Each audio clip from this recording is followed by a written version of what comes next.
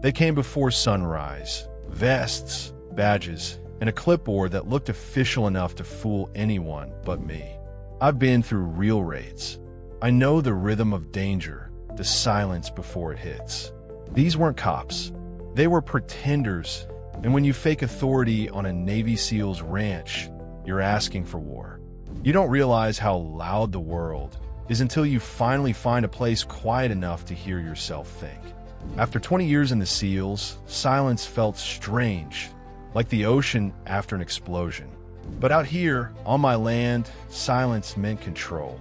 Mornings were slow, clean, steam rising off coffee, dogs chasing the wind. No mission briefings, no calls at 4 a.m. Just fence lines, fresh air, and the soft hum of a tractor older than I was. For the first time in decades, my heartbeat matched the rhythm of the countryside instead of combat. Still, instincts don't switch off. Every creak, every echo made me look twice. Old reflexes die hard. That's why I noticed it, the white sign zip-tied to my gate. Notice of HOA compliance review. HOA, out here, there isn't a subdivision within 20 miles. I tore it down, tossed it in the fire barrel, and told myself it was probably a prank. But the uneasy silence that followed told a different story. The kind of silence that always shows up before everything goes wrong. The next morning, a gray SUV crept up my drive like it owned the road. Out stepped a woman with sunglasses too shiny for rural dirt and confidence she hadn't earned. Clipboard tucked under one arm, smile rehearsed. "Good morning, sir. I'm from Simmons Valley HOA, just doing routine inspections." I nearly laughed. "Lady, this is ranch land, not suburbia." She smiled tighter. "New regional annexation. You'll need to bring your fencing and outbuildings into compliance before the end of the quarter." "Annexation?" I echoed. "By who?" She flipped a laminated page. "Community charter, founded to preserve local property values." I leaned on the fence post, watching her posture. "No radio, no partner, no clue. You're standing on private land. You might want to unstand." Her smile faltered. "Non-cooperation will be documented." Then she slid a manila envelope through the gate and turned on her heel. Inside were satellite photos of my barn, diagrams with red circles, and something that looked suspiciously like a signature from a compliance officer. None of it official. I burned the papers that night, but not the unease. Because anyone bold enough to invent authority never stops at one visit. 2 days later, the sound of gravel under boots pulled me off the porch. Two men, mid-30s, khaki vests, matching patches that read HOA enforcement unit. Walkie-talkies, clipboards. They were scanning my property like recon scouts who didn't know what they were looking for. "Morning," I called. "You boys lose a cul-de-sac." The taller one cleared his throat. "We're conducting a compliance sweep. You're in violation of Section 4, visual obstructions and livestock density." I raised an eyebrow. "You counting goats now?" He didn't answer, just pointed at my barn and mumbled something into his mic. That's when I noticed their patches up close, stitched, not printed, homemade. And their gear? Wrong brands, wrong holsters. Cosplay soldiers. "Show me a warrant," I said. "We operate under the HOA charter," he replied. "Then you're trespassing under the U.S. Constitution." I shot back. They left, but not before one dropped his clipboard. Inside were property maps, dozens of them, with red X's. My land labeled Alpha, high resistance. That word, resistance, wasn't homeowner talk. It was tactical language. And it told me this was bigger than a fake neighborhood committee. Someone was running an operation. That night, I did what I was trained to do, gather intel before striking. I set up trail cams, motion sensors, and perimeter lights wired to an old generator. My security system might have been homemade, but so was half the gear I'd survived with overseas. By midnight, the cameras were live.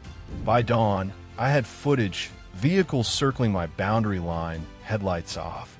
One of them carried a logo that looked like a government seal, until I zoomed in. It was pixelated, digitally printed, layered over another emblem I actually recognized, a local developer's company mark. So, this wasn't an HOA. It was a land grab dressed like one. I logged every plate number, every timestamp, every direction they came from. I even caught one drone sweep over my barn. Thermal, slow, deliberate. They thought I was some quiet rancher with no backup. They didn't realize the man behind the fence used to track insurgents with less tech than they were using. By sunrise, I had a plan. Not to attack, but to expose. Because sometimes the best strike isn't loud. It's precise. And when amateurs start playing soldier, precision is what breaks them first. It started at 4:12 a.m., that half-alive moment before dawn when even the crickets pause. Boots on gravel, whispered orders, flashlights off, 6 shadows moving in a loose wedge formation straight toward my barn. If they were real cops, they'd stack properly, move tight, signal with hands, not voices. These guys whispered like gamers with headsets. I slipped on my jacket, tapped the remote trigger in my pocket. Floodlights exploded from the roof line, blinding white. Sirens howled from hidden speakers. The intruders froze, stumbling over each other like rookies on their first breach. "Morning, fellas," I called from the porch. "Y'all serving coffee with that raid?" One raised a taser. Another read from a clipboard, shaking. "Under authority of the Simmons Valley HOA, we are authorized to seize non-compliant property." I laughed so hard I almost felt bad. "Buddy, the only thing you're authorized to seize is embarrassment." Then came the crunch of tires on the road, blue and red lights flashing through the trees. The sheriff's cruiser rolled up slow. The HOA cops turned pale. One tried to bolt, another dropped his fake badge. The sheriff stepped out, hand on his holster. "Son," he said, "that patch says Compliance Unit 2. You realize that's not a thing." 10 minutes later, 3 of them were face down in the dirt, hands zip-tied. The others ran straight into my fence line. Fake raid, real consequences. And something told me the woman behind it wasn't finished. Down at the county office, the sheriff and I pieced together the mess. The men weren't officers, just contractors from a private security firm tied to a real estate developer buying up rural properties cheap. Their HOA was a pressure tactic, scare residents, fake violations, then offer to buy them out. Karen Simmons, the same woman who'd first shown up, was the name on the paperwork. She wasn't just pretending to be HOA president. She was running an intimidation ring. But she wasn't dumb. Everything she did skirted the edge of legality. Civil notices, community compliance guidelines, bogus inspection letters. Enough to confuse anyone who didn't know their rights. Sheriff Langston sighed. "You stirred a hornet's nest, Callahan. These folks got money and lawyers. Don't be surprised if they come back meaner." I nodded. I've handled mean before. What he didn't know was I'd already received another letter at home. Anonymous, no return address. Inside, one sentence typed in bold. "You embarrassed the wrong people." They wanted round 2, and I was already ready for it. By now, curiosity had replaced fear. I posted the body cam footage online with the title, "Fake HOA SWAT vs. Navy SEAL." It blew up overnight. Hundreds of thousands of views, comments flooding in from other ranchers claiming similar stories. Suddenly, the private HOA was national news. The next morning, I found a drone hovering over my house again. Only this one had its serial number scratched off. I waved. It bolted. A week later, my mailbox held another notice. "You are under reevaluation. Cease online interference." Signed, Simmons Valley Authority. They still didn't get it. You can't intimidate someone trained to walk through live fire. So I doubled down, posted documents, recorded calls, exposed names. Within days, media trucks parked at the end of my driveway. The sheriff called, half amused, half worried. "Congratulations," he said. "You're officially trending." Then came the last threat, a typed letter sealed in wax. Phase 2 begins. I didn't know what that meant yet, but I knew it wasn't over. They came back under moonlight, 3 trucks, no plates, headlights off. I watched through thermal lenses as men spread out across my field. each one carrying real rifles this time. Not cosplay anymore. Escalation. I flipped the switch on the control board inside my barn. Floodlights ignited in pulses, red, then white, then strobe. Speakers blared a disorienting tone designed to scramble balance. They dropped instantly, tripping over the gravel. Then came a single voice, steady and calm, Sheriff Langston's. Hands where I can see him. He'd been watching the property since the first attack, waiting for them to try again. His deputies surrounded the trucks before they could flee. When the cuffs clicked, one of the men muttered, "You don't get it. We're the cleanup team." Langston frowned. "Clean up what?" "Non-compliant sectors," the guy said. "This isn't over."